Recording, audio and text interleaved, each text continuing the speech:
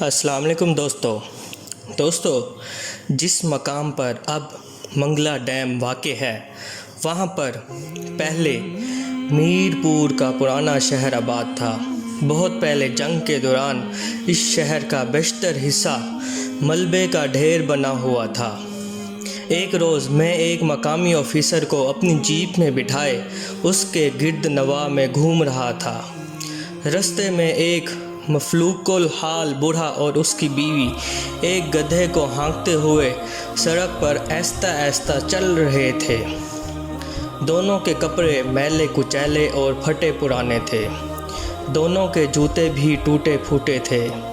انہوں نے اشارے سے ہماری جیپ کو روک کر دریافت کیا کہ بیت المال کس طرف ہے۔ بیت المال کس طرف ہے؟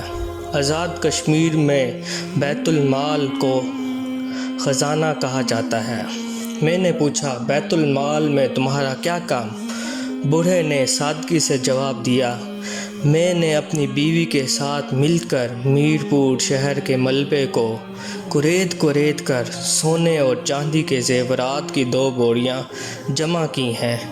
اب انہیں اسی گدھے پر لاد کر ہم بیت المال میں جمع کروانے جا رہے ہیں۔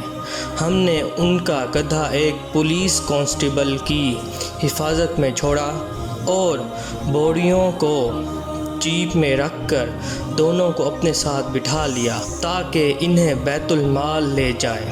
آج بھی جب وہ مفلوق الحال جوڑا مجھے یاد آتا ہے تو میں سر شرمندگی اور ندامت سے جھک جاتا ہے کہ جیپ کے اندر میں ان دونوں کے برابر کیوں بیٹھا رہا۔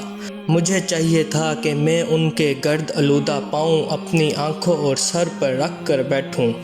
ایسے پاکیزہ سیرت لوگ پھر کہاں ملیں گے؟